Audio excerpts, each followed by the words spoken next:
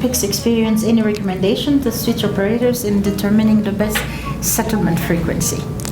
It really depends on the context of the jurisdiction, the liquidity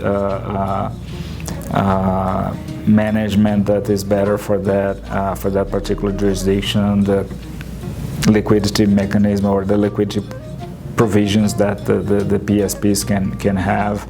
Of course, if you implement a one-by-one settlement, a real-time settlement, it's safer in terms of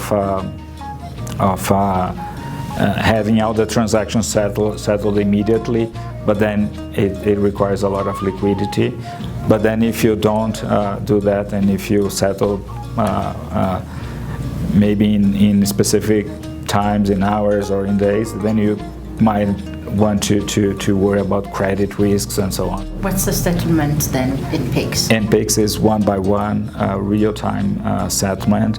It runs 24/7. So for each PIX transaction is one settlement at the settlement platform. So last month, as I said, we had 4 billion transactions in PIX.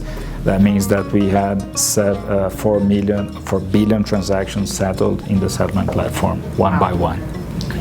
Earlier you said the settlement is one-to-one, right? Yeah. So how do you ensure liquidity of the participants and that's not a challenge to the ecosystem? We have designed our liquidity provision in a way that all PSPs would be able to settle in one by one in a real-time mode.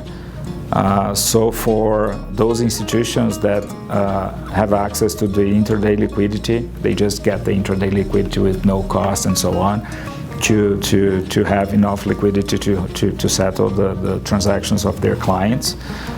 For those institutions that are not eligible for having the intraday liquidity, we pay interest on their balance on the central bank, so that kind of make the same results in terms of liquidity needs for those participants. And we also take into consideration the balance that they hold in the PIX accounts for reserve requirements. So that also helps the liquidity management of the PSPs.